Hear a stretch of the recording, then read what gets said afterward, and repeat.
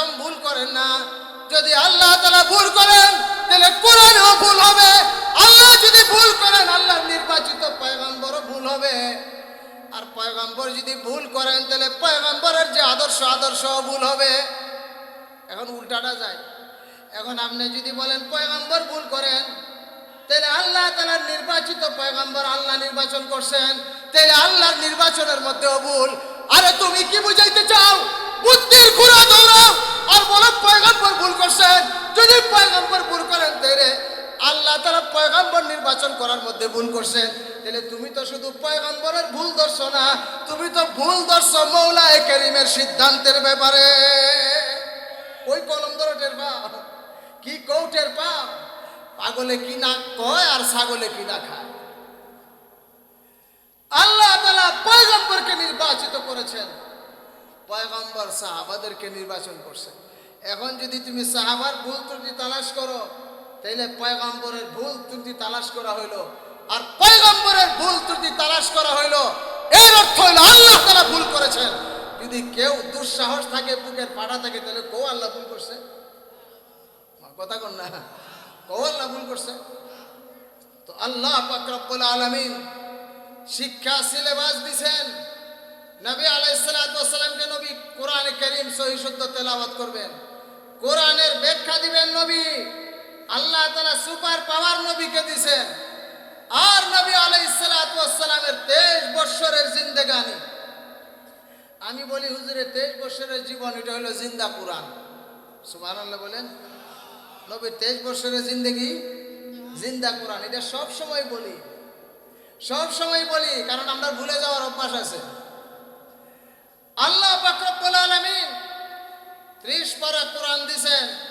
নামাজের বিস্তারিত বিবরণ নাই, যাকাতের বিস্তারিত বিবরণ নাই, জিহাদের বিস্তারিত বিবরণ নাই, শরীয়তের বিধিবিধান ফরজ ওয়াজিব। তো আল্লাহ পাক রব্বুল আলামিন মৌলিক নির্দেশনা আমাদেরকে দিয়া দিয়েছেন যে আমার নবী মুহাম্মদুর রাসূলুল্লাহর 23 বছরের জীবন তোমাদের সামনে জিন্দা কোরআন। তোমরা কোরআনের অনুসরণ করতে চাও, আবার নবীর অনুসরণ। আমাকে পাইতে চাও তো আমার নবীর অনুসরণ করো। এখন যে ভুল ধরে হে অনুসরণ করবো কেমনে? আর যার ভুল হয় সে অনুসরণীয় হয় কেমনে? আমার প্রশ্নের উত্তর দেন। হ্যাঁ, সত্য কইলাম না মিথ্যা কইলাম? প্রশ্ন ঠিক না বেঠিক? যার ভুল হয় তিনি আদর্শ হইতে পারেন না, আপনি ফলো করবেন কেমনে? আমি দৃষ্টান্ত দেই। আমাদের মিরপুর বাহুবলের মধ্যে বহুত ইটের খোলা আছে, আসেনি? পাতেন না? ইটের খোলার মধ্যে ইট কেমনে বানায়? ফরমা দি বানায়। এই তো আমার এক ভাই বলছে, কি দিয়া বানায়?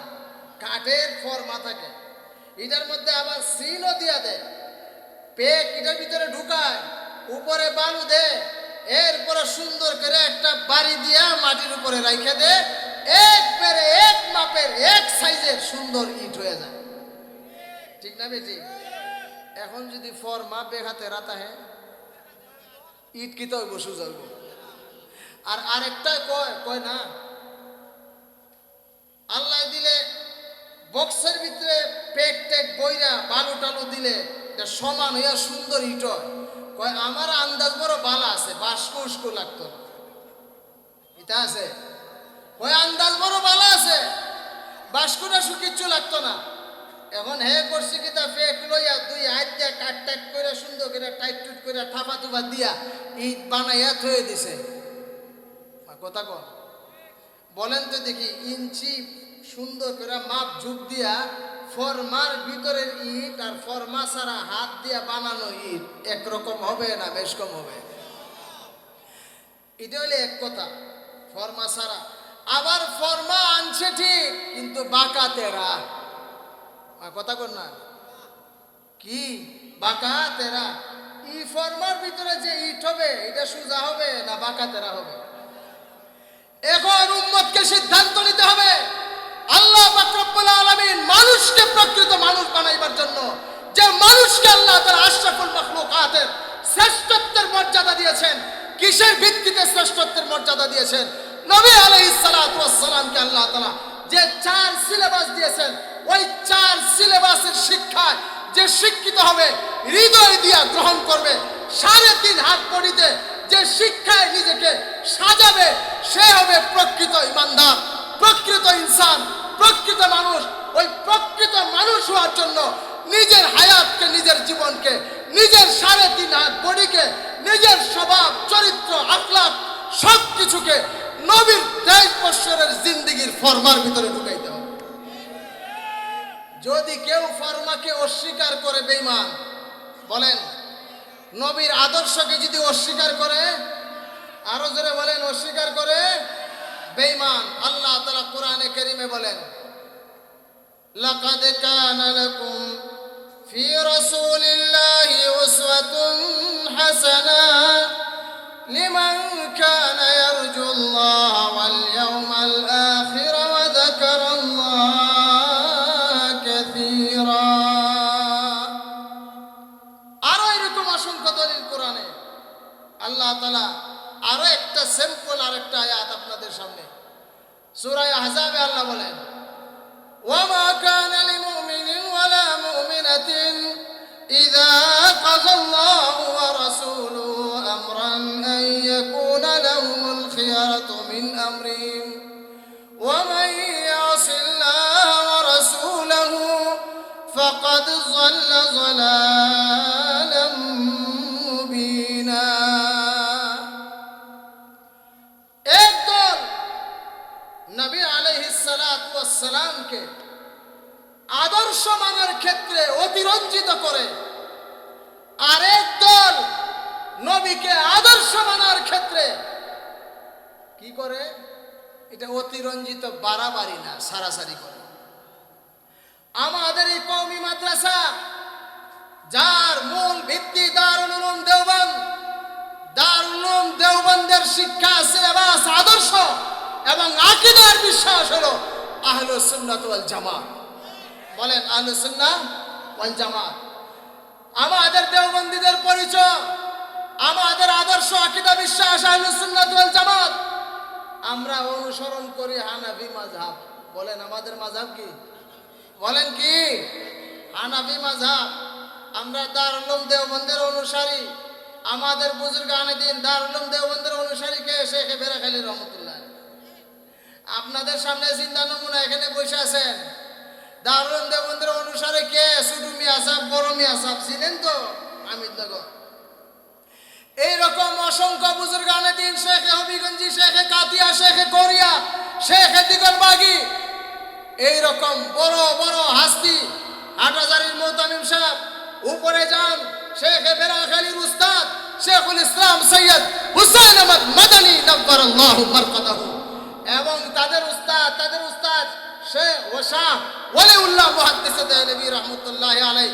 এখান থেকে আমাদের হাদিসের সনদ ইমাম বুখারী রাহমাতুল্লাহি আলাইহি, হযরত ইমাম বুখারী থেকে রাসূল করিম সাল্লাল্লাহু আলাইহি ওয়াসাল্লাম পর্যন্ত, রাসূল থেকে সনদ আল্লাহ তাআলা পর্যন্ত। আমাদের সনদের মধ্যে কোনো ভেজাল নাই, ভুল ত্রুটি নাই, বক্কর চক্কর নাই। কারণ কেউ নিজস্ব সিলেবাস তৈরি কইরা এই কোরআন হাদিসের ব্যাখ্যা বিশ্লেষণ করে নাই। আমাদের সালফে সালিহিন বুজুর্গদের তৈয়ার করা, প্রকৃতপক্ষে আল্লাহ তাআলার দেওয়া এই শিক্ষা সিলেবাসকে পড়াশোনা করে যারা সত্যিকার দ্বীন ইলম হাসিল করেছেন, তাদের আদর্শই হলো আমাদের আদর্শ। শেখুল ইসলাম মাদানীর আদর্শ আমাদের আদর্শ, শেখুল হিন্দের আদর্শ আমাদের আদর্শ, ইসমাইল শহীদের আদর্শ আমাদের আদর্শ, শাহ আব্দুল আজিজ মুহাদ্দিসে দেহলভীর আদর্শ আমাদের আদর্শ, শাহ ওয়ালিউল্লাহর আদর্শ আমাদের আদর্শ, মুজাদ্দিদ আল ফিসানের আদর্শ আমাদের আদর্শ। জোরে বলেন ঠিক না বেঠিক? সুতরাং এই আদর্শের মধ্যে কোনো বাড়াবাড়িও নাই, বলেন ছাড়াছাড়িও, আরো জোরে বলেন বাড়াবাড়ি নাই, ছাড়াছাড়ি নাই। বাড়াবাড়ি কি? নবীকে উপরে তুলতে তুলতে একবারে আল্লাহ তাআলার সিফাতের সাথে শরীক করে দেওয়া, আমার নবীর ব্যাপারে ছাড় দিতে দিতে, নামাইতে নামাইতে নবীকে নিজের মতো গুনাহগার উম্মতের মতো মানুষ মনে করে। বলেন দুটোটাই কি? আরো জোরে বলেন দুটোটাই অপরাধ, দুটোটাই অগ্রহণযোগ্য। বাড়াবাড়ি যেরকম অগ্রহণযোগ্য, ছাড়াছাড়িও এরকম অগ্রহণযোগ্য। আমাদের নবী আলাইহিস সালাতু ওয়াস সালামের ব্যাপারে ছোট্ট করে বলি, হুজুরের ব্যাপারে আমাদের কি রকম ধারণা থাকবে, হুজুরের অস্তিত্ব সম্পর্কে আমাদের কেমন ধারণা থাকবে। হুজুর সাল্লাল্লাহু আলাইহি ওয়াসাল্লাম মানুষ, আমাদের মধ্য থেকেই মানুষ। আল্লাহ বলেন মিন আনফুসিহিম, কি বলেছেন? মিন আনফুসিহিম, তাদের মধ্য থেকে মানুষ। হুজুরের কবিলার পরিচয় আছে, হুজুরের বাবার পরিচয় আছে, মার পরিচয় আছে, শহরের পরিচয় আছে, এলাকার পরিচয় আছে, বংশের সনদ আছে। আমরা যেরকম খাই দাই, হুজুর খাওয়া দাওয়া করেছেন, প্রস্রাব পায়খানা করেছেন, হুজুর সাল্লাল্লাহু আলাইহি ওয়াসাল্লাম বিবিদের সাথে বিছানায় থেকেছেন, আমরা বিবাহ শাদী করি, হুজুর বিবাহ শাদী করেছেন, সব কিছু মানুষের মতো করেছেন। মানুষের মতো করলেও, মানুষের মধ্য থেকে হুজুর হইলেও, হুজুর इंसानों में से एक इंसान है, इंसानों जैसा इंसान नहीं। হুজুর মানুষের মধ্য থেকে মানুষ হইল, হুজুর আমাদের সাধারণ মানুষের মতো মানুষ। আমরা গামলে গামের মধ্যে দুর্গন্ধ করে, নবীর গামও দুর্গন্ধ করে। আমরা জন্মগ্রহণ করছি কেমনে? আমরা যখন জন্মগ্রহণ করছি মার স্রাব হয়েছে, দুর্গন্ধ ছিল না, সুঘ্রাণ আছে, আমাদের শরীরেও স্রাব লাগছে। এরপরে আমরা যখন বড় হই তখন আমাদের ছোট কাল একরকম, তরুণ কাল একরকম, জওয়ান কাল একরকম। বয়সের পরিবর্তনের সাথে সাথে আমাদের স্বভাব চরিত্র সমস্ত মানুষের একরকম, কিন্তু নবীর জন্মের আগেও ভিন্ন আমাদের থেকে পদ্ধতি সিস্টেম। নবীর জন্ম আমাদের থেকে ভিন্ন, শুধু আমাদের নবী না, সমস্ত পয়গম্বরদের। পয়গম্বরদের ছোট কাল আমাদের থেকে ভিন্ন, পয়গম্বরদের স্বভাব চরিত্র আমাদের থেকে ভিন্ন, পয়গম্বরদের জওয়ান কাল যৌবন কাল আমাদের থেকে ভিন্ন। কারণ পয়গম্বরের মার পেট থেকে নিয়ে মৃত্যু পর্যন্ত সবকিছু আল্লাহর নিয়ন্ত্রণে থাকে। বলেন কার নিয়ন্ত্রণে? আরো জোরে বলেন কার নিয়ন্ত্রণে? এখন আপনি নবীরে যদি বড় বানায় আনতে লইব, কথা কন না। একই বিষয়ে এই আয়াত ভিন্ন ঢঙ্গে, মাজমুন এক, বিষয় এক, ভিন্নভাবে আল্লাহ তাআলা সূরা বাকারায় উপস্থাপন করেছেন, সূরা জুমায় উপস্থাপন করেছেন।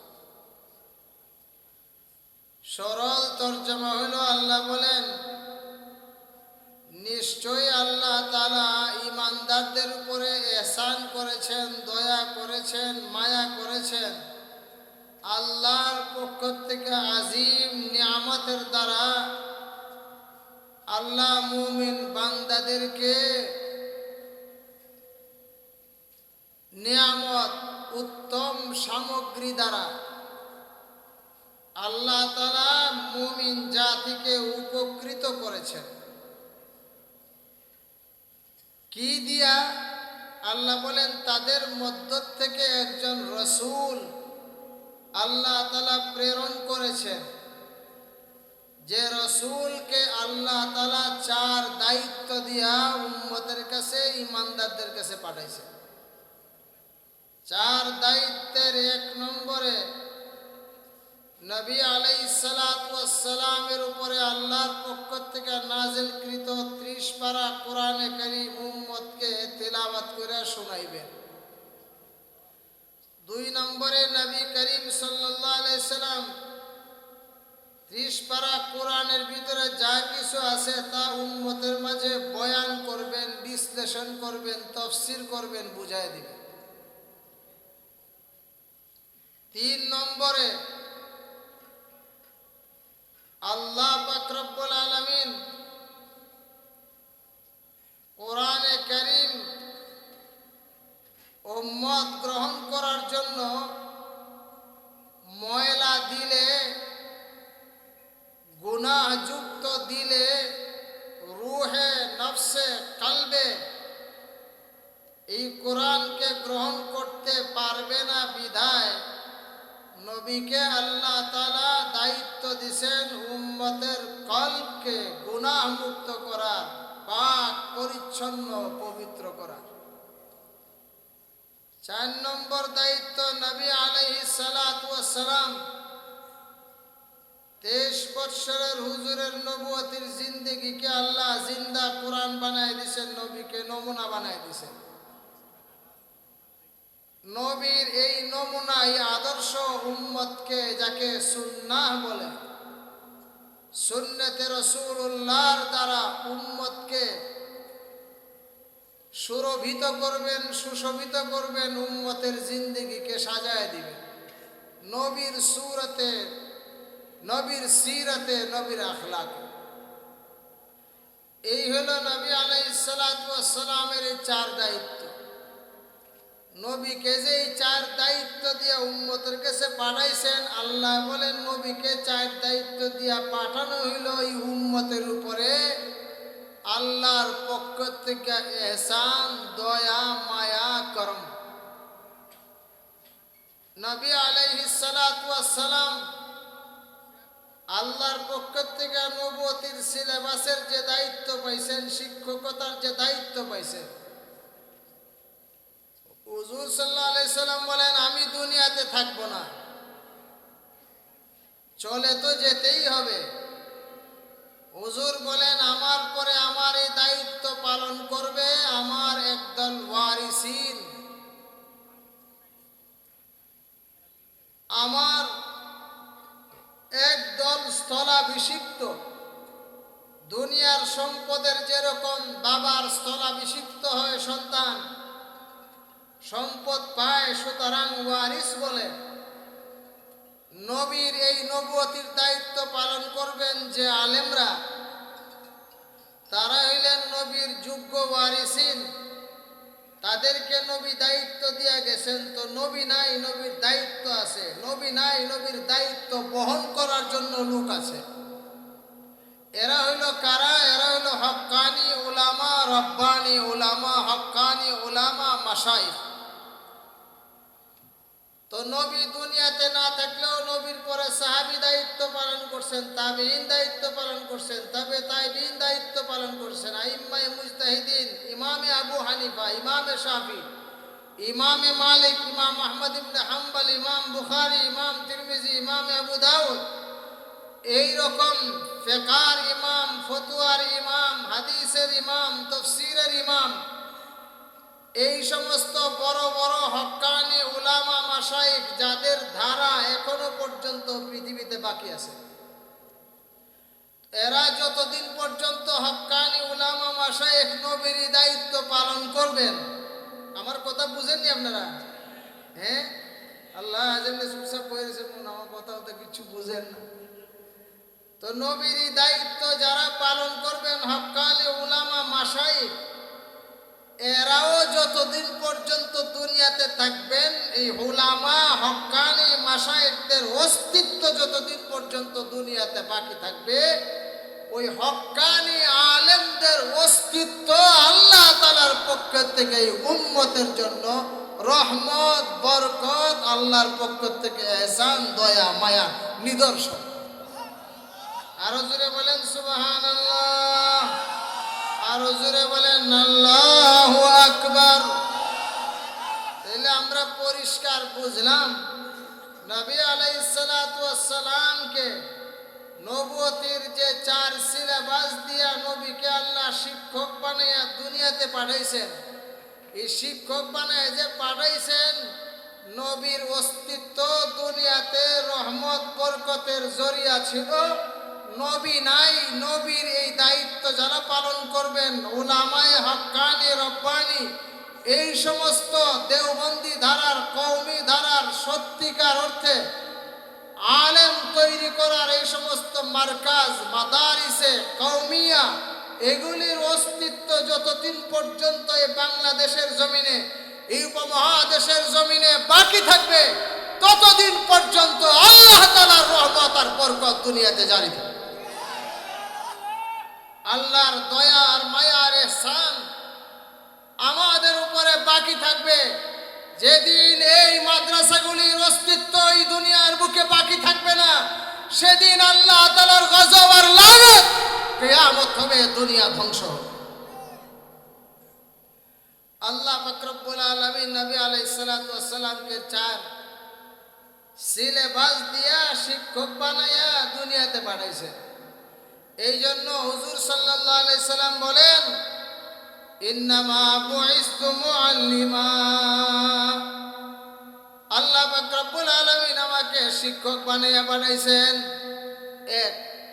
দুই নম্বরে হুজুর বলেন ইন্নামা বুইসতু লিউতাম্মিমা মাকারিমাল আখলাক। আর আল্লাহর রাসূল বলেন আল্লাহ তাআলা আমাকে দীক্ষা দাতা বানাইয়া দুনিয়াতে পাঠাইছেন। হুজুর শিক্ষক দীক্ষক, হুজুর শিক্ষাদাতা দীক্ষাদাতা। শিক্ষা কি বুঝেন? যে সিলেবাস স্কুল কলেজ ভার্সিটিতে ছাত্ররা পড়ালেখা করে, ওই সিলেবাস যিনি পড়ান তাকে কি বলে? কথা কন না, আরো জোরে বলেন, তারে কি কয়? শিক্ষক। আর একটা আছে যিনি স্কুল কলেজ ইউনিভার্সিটির শিক্ষালয়ের শিক্ষা সিলেবাস বই যিনি পড়ান, উনি যেরকম শিক্ষক হন, আবার এমনও মানুষ আছেন যারা মানুষকে আত্মশুদ্ধি করেন, মানুষের পিছনে আত্মশুদ্ধির মেহনত করেন, মানুষের কলবের ডাক্তার হন, মানুষের অন্তরের চিকিৎসা করেন, অন্তর থেকে গুনাহ শিরক বেদাত হাসাদ বুগজ আদাওয়াত এই সমস্ত যত বড় বড় রুহানি বেমার আছে এগুলোর থেকে মানুষের কলবকে পরিষ্কার করেন, তাদেরকে বলে দীক্ষক দীক্ষাদাতা। আমি আপনাদেরকে জিজ্ঞেস করি, দুনিয়ার যে সমস্ত কলেজ ইউনিভার্সিটি স্কুল ভার্সিটি আছে এগুলির মধ্যে শিক্ষা দেওয়া হয়, তাও আবার কোন শিক্ষা বলেন? দুনিয়াবি শিক্ষা। বলেন কি শিক্ষা? দুনিয়াবি শিক্ষা। এটার যদি আরো শুদ্ধ বাংলায় বলেন জাগতিক শিক্ষা। তো দুনিয়াবি শিক্ষা জাগতিক শিক্ষা যে স্কুল কলেজ ভার্সিটিতে দেওয়া হয়, সেখানে কি আত্মা পবিত্র করার কোনো ট্রেনিং আছে? কথা বল না। বলে চুরি করলে গুনাহ হয়, ডাকাতি করলে গুনাহ হয়, মিথ্যা কথা বললে গুনাহ হয়, সত্যবাদিতার উপরে চলতে হয়, খিয়ানত আমানতের খিয়ানত করলে বেঈমান হয়, ঈমান থাকে না। এই সমস্ত তরবিয়ত দীক্ষা স্কুল কলেজ ভার্সিটিতে এই সমস্ত ওয়াজ নসিহতের দীক্ষা থাকবে তো দূরের কথা, স্কুল কলেজ ভার্সিটিতে তায়াম্মুম কেমনে করবে, ওযু কেমনে করবে, এটার শিক্ষার ব্যবস্থাই তো নাই। জোরে বলেন আছে? তাহলে নবী আলাইহিস সালাতু ওয়াস সালাম একদিকে শিক্ষাদাতা আর একদিকে দীক্ষাদাতা। হুজুরের যে শিক্ষা এটা জাগতিক শিক্ষা না, দুনিয়াবি শিক্ষা না, আসমানি শিক্ষা। সুবহানাল্লাহ বলে। হুজুর সাল্লাল্লাহু আলাইহি ওয়াসাল্লামের যে দীক্ষা মানুষের কলবকে পাক পবিত্র করা, এটা দুনিয়াবি কোনো ডাক্তারি চিকিৎসা না, এই রুহানি চিকিৎসা, এটা আল্লাহর দেওয়া চিকিৎসা ব্যবস্থা। সুতরাং দুনিয়াতে হার্টকে ডাক্তাররা এনজিওগ্রামের মাধ্যমে রোগের ভিতর দিয়া চিকন মেশিন ঢুকাইয়া হার্ট অপারেশন কইরা হার্টের ব্লক ছাড়াই দেয়, পেট ছিদ্র কইরা কিডনি অপারেশন করে, এরপরে আবার মানুষের লাংস অপারেশন করে, লাংসের পানি সরায়, এইরকম ভাবে মানুষের লিভার অপারেশন করে, ছিদ্র করেও করে আবার ওপেন হার্ট সার্জারি হয়, বুক ফাইরা পেট ফাইরা অপারেশন করে ভিতরের বেমার অসুস্থতা সব দূর করে দেয়। আবার মানুষের অন্তরের ভিতরে যে বেমার, যে গুনার ময়লা স্পট, এগুলিও দূর করতে হয়, এটার জন্য ওপেন হার্ট সার্জারির ব্যবস্থা নাই। এটার জন্য ব্যবস্থা হইল ওয়ালিয়া কামিল হযরত শেখ আলতাফুর রহমান দামাত বারাকাতুহুমের মতো আরো আরো এরকম জগৎ বিখ্যাত বড় বড় বুজুর্গানে দিন, আবার গুমনাম বিভিন্ন জায়গায় অপরিচিত, মানুষ জানে না, কিন্তু বহুত বড় বড় ওয়ালিয়া কামিল আল্লাহর কুতুবরা বসে আছেন, তাদের কাজ হইল মানুষের অন্তরে তাওয়াজ্জু, এইরকম ভাবে মানুষের অন্তরের দিকে মুতাওয়াজ্জু হইয়া মানুষের দিলকে পাক সাফ করে দেন, অপারেশন করে দেন। এটা ওপেন হার্ট সার্জারি না, এটা এমন এক সার্জারি যে সার্জারির জন্য কোনো কেঞ্চি ব্লেডের প্রয়োজন হয় না, কোনো হাসপাতালের প্রয়োজন হয় না, কোনো কিছুর প্রয়োজন হয় না। এটার জন্য সামান্য একটু সোহবতের প্রয়োজন হয়। বলেন কিসের প্রয়োজন হয়? সোহবতের প্রয়োজন হয়। এই আল্লাহ পাক রব্বুল আলামিন নবী করিম সাল্লাল্লাহু আলাইহি ওয়াসাল্লামকে যে দুনিয়াতে পাঠাইছেন, মৌলিকভাবে দুই মিশন দিয়ে পাঠাইছেন। একটা হলো শিক্ষা আর একটা হলো দীক্ষা। নবীর শিক্ষা সিলেবাস হলো তিনটা।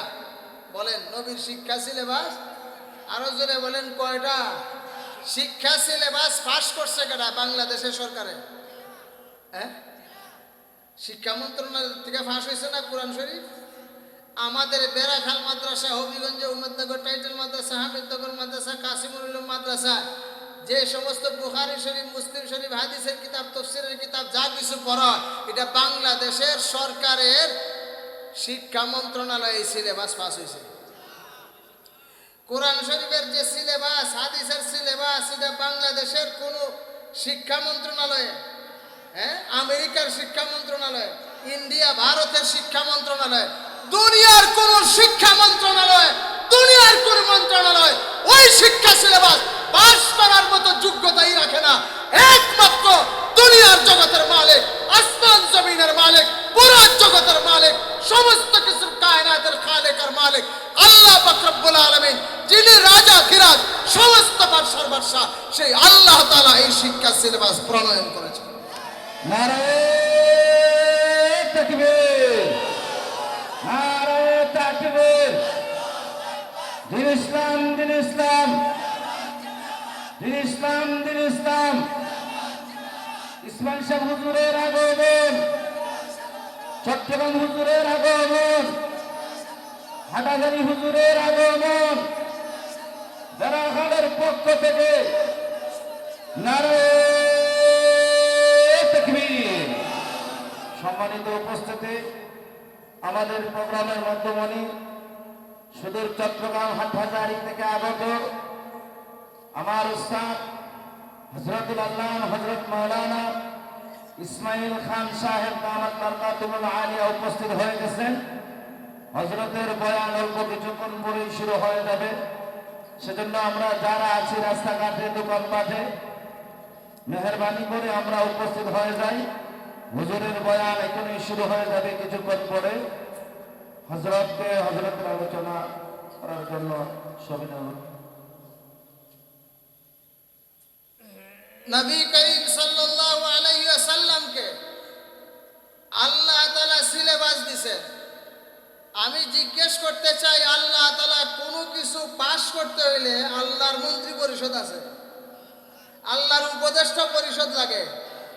আল্লাহ পাক রব্বুল আলামিন কোনো কিছু পরিকল্পনা বাস্তবায়ন করার জন্য উপদেষ্টা পরিষদের প্রয়োজন হয় না, মন্ত্রণালয়ের প্রয়োজন হয় না। আল্লাহ পাক রব্বুল আলামিন একক সমস্ত ক্ষমতার অধিকারী। তো আল্লাহ তাআলা নিজেই সিলেবাস প্রণয়ন করছে। قل هو الله أحد الله الصمد لم يلد ولم يولد ولم يكن له كفوا أحد। আল্লাহ পাক রব্বুল আলামিন একক। আল্লাহ তাআলা সর্বময় ক্ষমতার অধিকারী। আল্লাহ তাআলার কোনো কিছু করার জন্য উপদেষ্টার প্রয়োজন হয় না, কোনো মন্ত্রণালয়ের প্রয়োজন হয় না। এই জন্য আল্লাহ তাআলা মানুষের ইহকালীন পরকালীন মুক্তির জন্য, ইহকালীন পরকালীন শান্তির জন্য, ইহকালীন পরকালীন মানুষের শান্তির ব্যবস্থার জন্য আল্লাহ পাক রব্বুল আলামিন শিক্ষা সিলেবাস তৈরি করেছেন। এই সিলেবাসের শিক্ষক বানাইছেন নবীকে আল্লাহ, সিলেবাস তৈরি করছেন আল্লাহ। সুবহানাল্লাহ। এখন সরকারে নিয়োগ দেয় শিক্ষক, প্রিন্সিপালে নিয়োগ দেয় শিক্ষক, প্রিন্সিপালকে নিয়োগ দেয় সরকার। এখন সরকারও আল্লাহ, সিলেবাসও দিছেন আল্লাহ। এখন আমি জিজ্ঞেস করতে চাই, আল্লাহ ভুল করেন? কথা কর না, আরো জোরে বলেন। হ্যাঁ